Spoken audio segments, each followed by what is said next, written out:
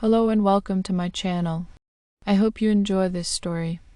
I'm going to try and upload a new story each day. The Haunted Harp. Holly Arnold had always been drawn to the haunting melodies of the harp. As a child, she would sit mesmerized for hours, listening to recordings of its ethereal music.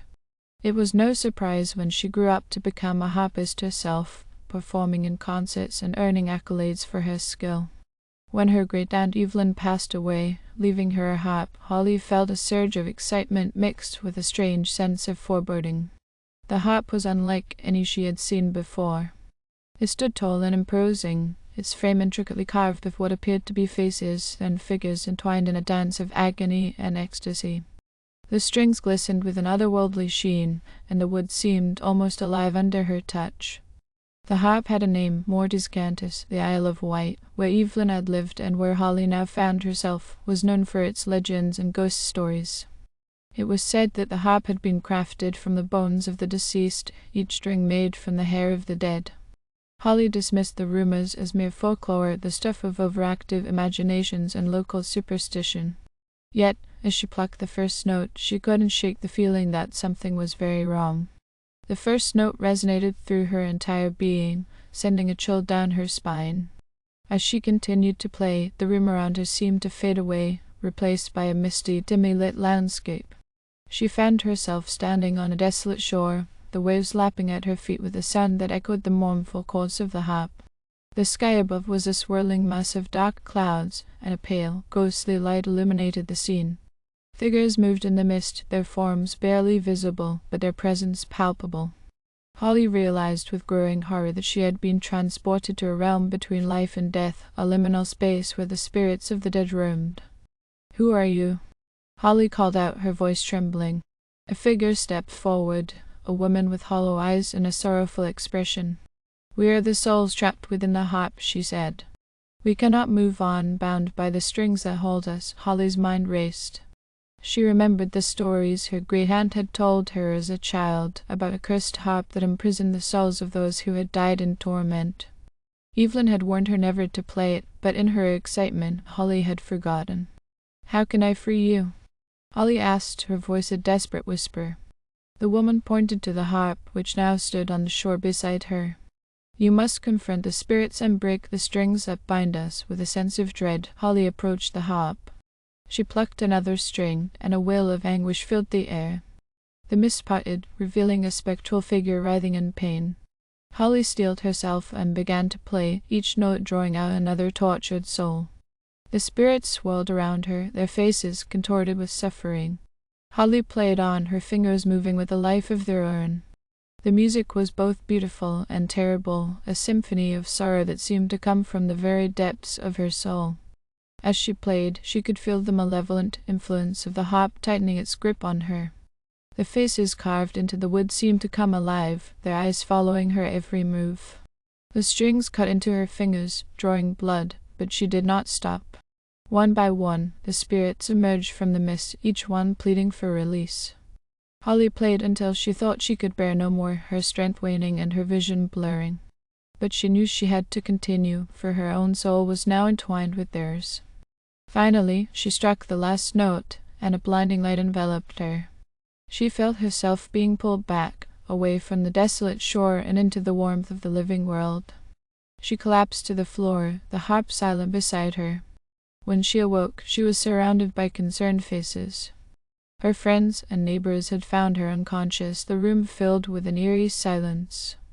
The harp stood in the corner, its strings broken and its once glossy wood now dull and lifeless.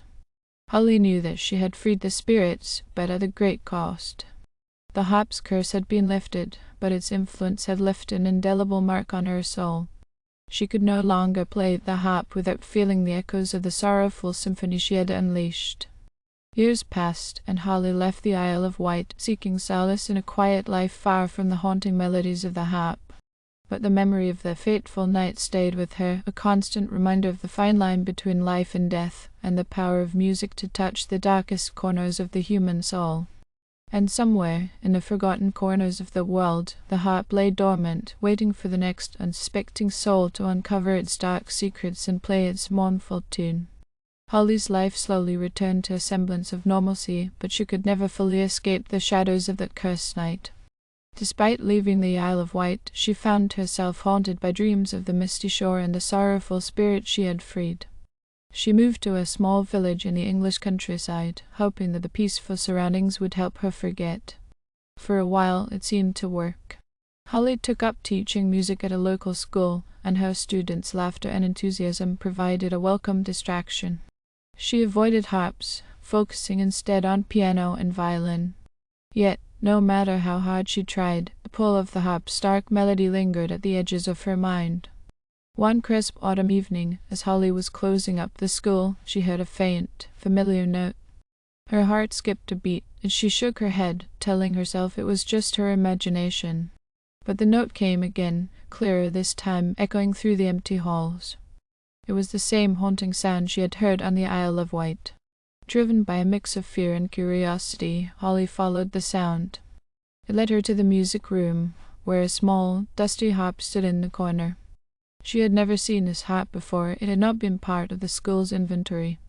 Her breath caught in her throat as she approached it. It was much smaller than Morty's cantus, but there was something eerily familiar about it. Against her better judgment, Holly reached out and plucked a string. The note reverberated through her, and the room around her seemed to shimmer. She pulled her hand back, but it was too late.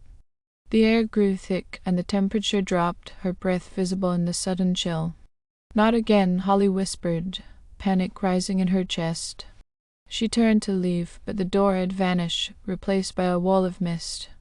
The room dissolved, and she found herself once more on the desolate shore of the realm between life and death. The spirits were waiting for her. Their hollow eyes were filled with a mix of relief and anger. "You freed us," one spirit said, stepping forward. It was the same woman who had spoken to her before. "But the curse remains. The harp's evil has spread, creating new prisons for our souls." Holly's mind raced. She had broken the strings of Morty's cantus, yet here she was again. The spirits began to wail, their cries echoing around her. She covered her ears, but the sound seemed to come from within her very soul. "You must find the source," the woman said, her voice cutting through the cacophony. "The true source of the harp's power. Only then can you end this. Where?"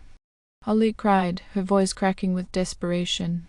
"Where do I find it?" The woman pointed to the horizon, where a dark silhouette loomed. The Isle of Wight, the place where it all began. With a sudden lurch, Holly was back in the music room, the miscon.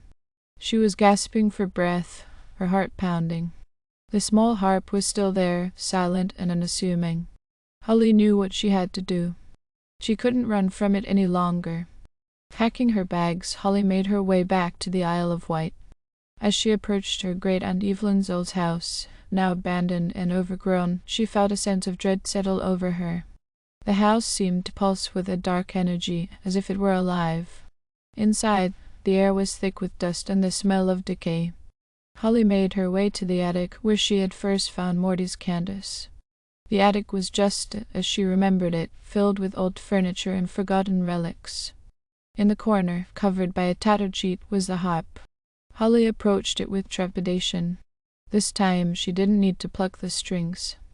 As soon as she touched it, the room darkened, and she was pulled into the misty realm once more. The spirits were there, waiting. "You must destroy the heart of the harp," the woman said. "The essence of the curse is hidden within." Holly took a deep breath and began to play. The mournful melody echoed through the mist, summoning the spirits. As she played, the harp began to vibrate, the wood splintering and the strings snapping one by one. The faces carved into the frame twisted in agony, and a dark, shadowy figure emerged from the harp's heart. The figure was grotesque, a mass of writhing shadows and anguished faces. It reached out to Holly, its touch like ice. "You cannot destroy me," it hissed. "I am eternal." Summoning all her courage, Holly continued to play. The notes grew stronger, filled with a desperate determination. The shadowy figure writhed and screamed, but Holly did not stop. She played until her fingers bled, pouring all her pain and sorrow into the music. Finally, with a deafening crack, the harp shattered. The shadowy figure dissolved into the mist, and the spirits were released, their cries of anguish turning into sighs of relief. Holly collapsed, the world around her fading to black. When she awoke, she was lying on the floor of the attic. The harp was gone, reduced to a pile of splinters. The air felt lighter, the oppressive energy lifted. Holly knew that the curse had been broken at last. Leaving the house, Holly felt a sense of peace she hadn't known in years. She returned to her village, her heart lighter, the nightmares fading. She could finally play music without the shadow of the haunted harp hanging over her. But the story of Morty's Cantus lived on, whispered among musicians and ghost hunters. Holly never forgot the lesson she had learned, the power of music, the thin veil between life and death, and the courage it took to face the darkest parts of oneself. And somewhere, deep in the forgotten corners of the world, other haunted instruments lay dormant, waiting for the next brave soul to confront their malevolent influence. Thank you for listening. I hope you enjoyed this story. Please don't forget to like, and even better, like and subscribe. Thank you very much, and I hope you have had or have a great day.